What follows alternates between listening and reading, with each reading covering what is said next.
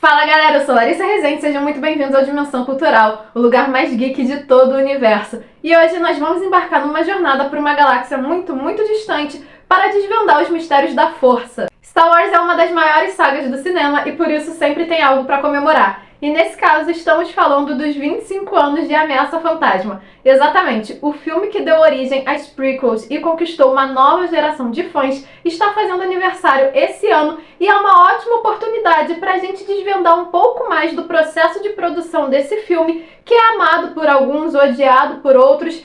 Acho que atualmente ele é muito mais amado. E se você ficou curioso, já deixa o seu like nesse vídeo. Se você ainda não se inscreveu no canal, vai lá, se inscreve e ativa o sininho, pois você vai se encantar com essa dimensão. De acordo com as lendas da Lucasfilm, todo o processo de produção das prequels começou numa manhã de novembro de 1994, quando George Lucas se trancou em seu escritório para retornar à saga que ele havia deixado de lado anos atrás. Só que dessa vez ele levou um cinegrafista junto com ele para registrar todo esse processo de produção e assim poder divulgar numa mídia que estava surgindo, que era a internet. Ou seja, desde o início, George Lucas tinha total consciência de que ele estava fazendo história. A única pessoa que duvidava de George Lucas era o próprio Lucas, já que o diretor permaneceu pessimista ao longo de todo o processo de produção. Só que agora ele finalmente tinha o que sempre quis: efeitos especiais à altura para poder criar as cenas da forma que ele sempre imaginou. Até porque, desde 1977, a ILM estava fazendo o futuro acontecer. A empresa tinha utilizado um programa de computador para apagar alguns fios em algumas cenas do filme Howard, o Super-Herói de 1985,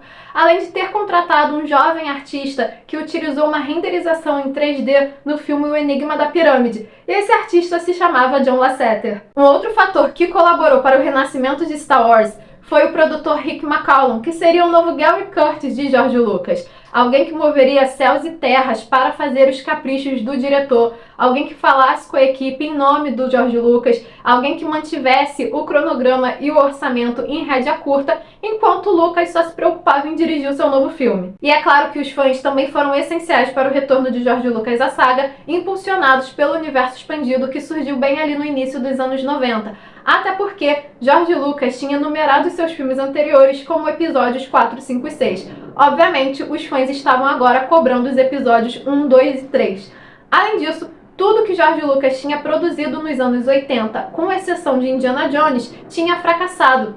Star Wars era o sucesso garantido que o diretor tinha em mãos e ele tinha total consciência disso e por conta disso abraçou o seu destino. George Lucas achou que conseguiria fazer as prequels de uma forma rápida e barata, não ultrapassando um orçamento de 50 milhões de dólares, e seus filmes seriam lançados em 97, 99 e 2001. Os fãs ficariam satisfeitos, Lucas jamais voltaria a trabalhar com um orçamento apertado e agora ele poderia sossegar e voltar a fazer os seus filmes experimentais. Só que nós sabemos que não foi bem assim. Assim como na trilogia clássica, o contexto político foi extremamente importante para a criação das prequels.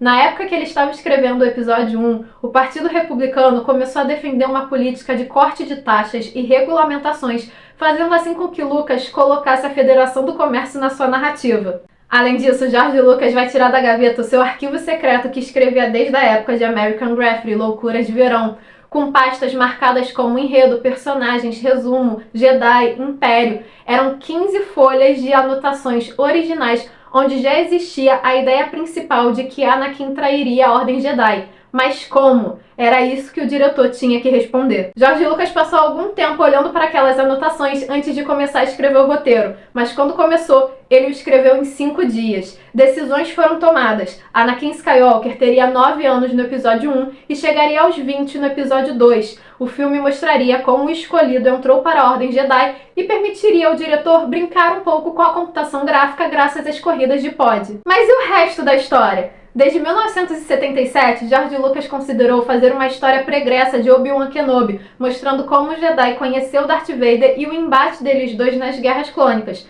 Só que com o passar do tempo, Lucas começou a considerar a saga uma franquia de 6 filmes que mostraria a tragédia de Darth Vader. O primeiro roteiro era um pouco diferente da versão final. Obi-Wan iria sozinho resolver toda a questão do cerco da Federação do Comércio no planeta de Utapau. Obviamente, as negociações fracassam e ele consegue fugir com a ajuda de um Gungan chamado Jar Jar Binks. Ele atravessa o núcleo do planeta até a cidade de Naboo, onde ele vai salvar a Rainha Amidala. Eles vão chegar a Tatooine e Obi-Wan e Padmé, que é a verdadeira rainha disfarçada de Aia, vão conhecer Anakin.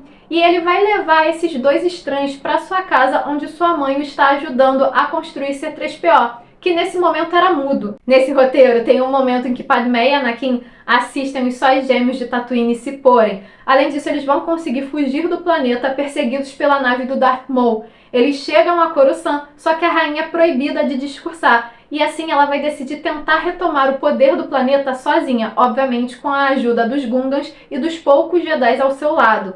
Ela vai conseguir furar o bloqueio da Federação do Comércio graças à habilidade de pilotagem do Anakin, e assim vai começar a batalha para a retomada de Utapau. Após os droids da Federação serem derrotados, Darth Maul ataca e mata Qui-Gon Jinn, um Jedi que tinha ido ajudar na batalha. Assim, Obi-Wan Kenobi mata Darth Maul e Anakin e Padmé, que estava como artilheira dentro da nave junto com Anakin, conseguiriam destruir a nave da Federação do Comércio. Quando Lucas começou o segundo manuscrito, o filme já estava projetado para custar 60 milhões de dólares. No quarto manuscrito, o filme já custava 100 milhões, praticamente toda a fortuna do diretor na época. George Lucas apostou todas as suas fichas nesse filme com a esperança de poder bancar a Lucasfilm por mais uma geração, além de se consagrar como um diretor pioneiro e inovador do cinema digital. Enquanto isso, a diretora de elenco do filme, Robin Gurland, já estava reunindo o elenco desde 1995. Em 1996, Samuel L. Jackson mostrou interesse em participar da saga, surgindo assim o seu personagem Mace Windu.